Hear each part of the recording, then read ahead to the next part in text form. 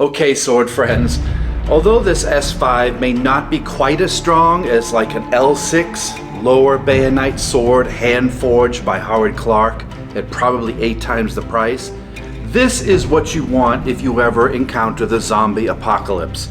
If you and I were in The Walking Dead and you found this somewhere, this would be the sword that could take out anything.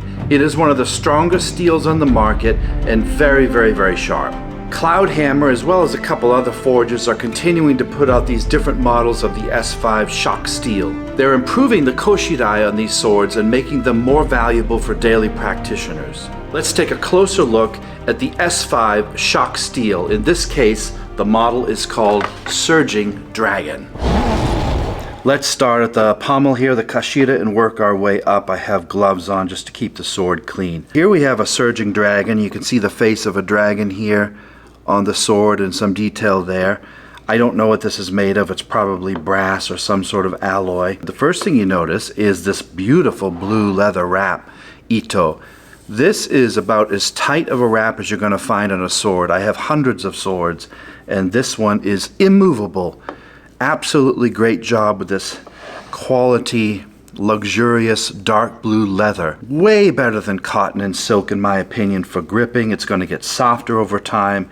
It stays cleaner. It doesn't dirty as easily. The diamonds are unmovable. Super good job, whoever wrapped this. The transition to the fuchi up here is not as good. There's a bit of a lip there. It's not going to bite your hands if you have strong hands.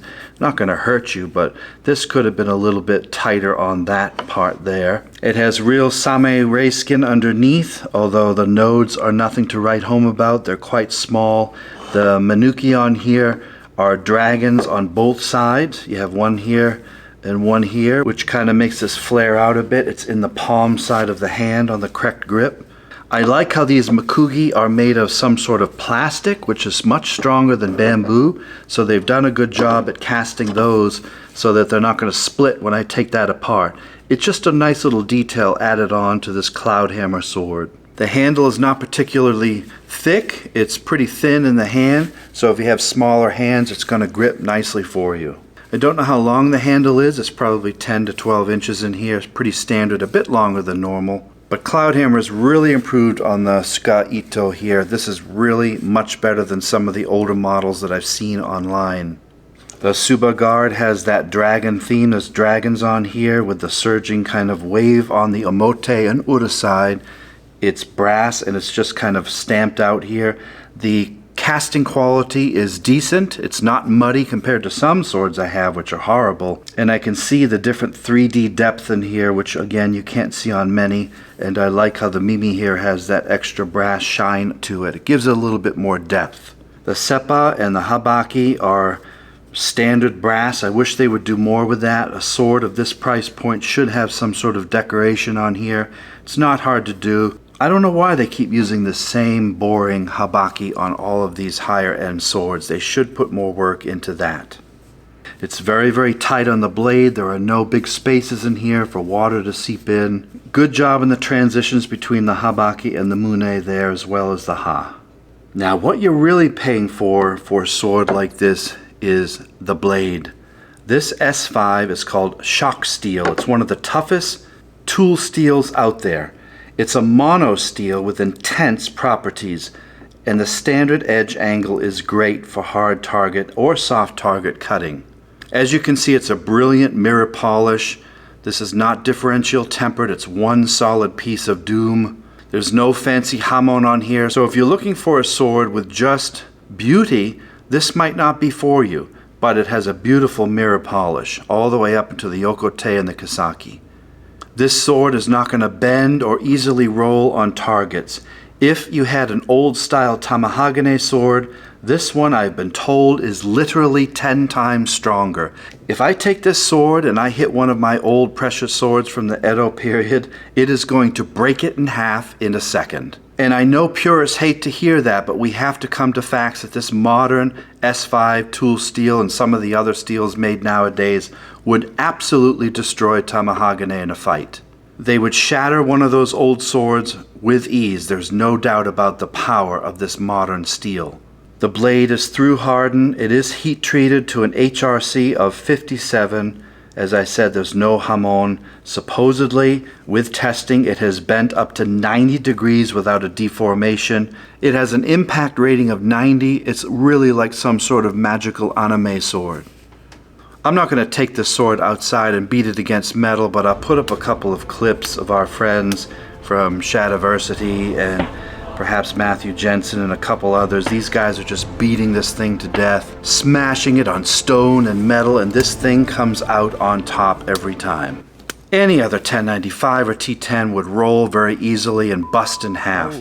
This sucker keeps going and going and going. And it holds its edge really well. I've cut with this. I'll put a video at the end. There's no scratching on here. There's no bending. There's no rolling. And the edge is just as good as when I bought it. This particular model has a 28-inch blade. Looking at the saya, it has this dark blue kind of speckled features all over it, which is good. It's not going to show fingerprints as well as some of the others on here. Looks like I have a little tiny chip right there. I don't think there's any buffalo horn that I know of on here. The sageo is this kind of gold silk. It does feel like actual silk to me, so that's nice that they gave it a higher quality sageo on there. Kurigata is just like every other sword, and the shitodome are glued in on these. The koiguchi is standard. There's nothing special there. I think they could improve the tightness just a little more where the habaki hits. It's a bit loose for me, but not too bad. If I hold it upside down, it will come out. So Cloudhammer, do a little bit better on the seal from the habaki into the saya. Let me show you a close-up of the yokote here in the kisaki. Again, there's no hamon on there. There is no bohi on this particular model, and as you can see, the shinogi is not very pronounced. It's pretty typical of this maru style. I think they really did a good job on the mirror polish to that blade. This is not a blade for looks, this is a blade for endurance. So can I recommend this S5 Surging Dragon? Absolutely. This is not a budget sword. These swords run $700 and up. Some you can find for $600. Go to RVA Katana, anywhere from $600 to $1,000 or more, depending on the model that you get. What I look for in this blade is endurance. I look for strength. If I have to go out into the zombie apocalypse, this is the one that I'm going to take to battle. I won't have to worry about it breaking on wood or the skulls of zombies. This particular steel is used in jackhammers to break through stone. Is it perfect? Heck no, by no means. Is it better than a tamahagane sword? It depends on what you're looking for. If you're looking for an antique and beauty and an heirloom, then Tamahagane's for you. If you're looking for a sword to break through Tamahagane, this is the one for you. As a practitioner, it's a little bit top heavy. The balance point is here. A little bit top heavy for those of you out there who are smaller. This sword wants to pull you into the cuts. So if you need a sword with a farther back balance, this one might not be for you either.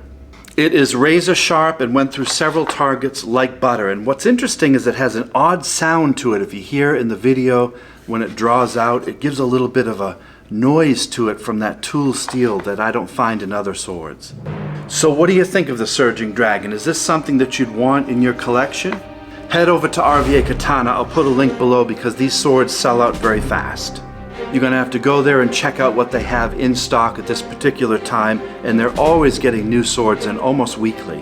The Cloudhammer S5 Surging Dragon. I would call this, in D&D terms, a +3 sword.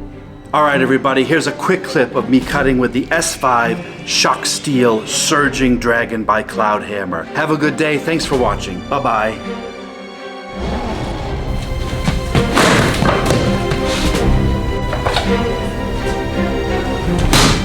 Thank you.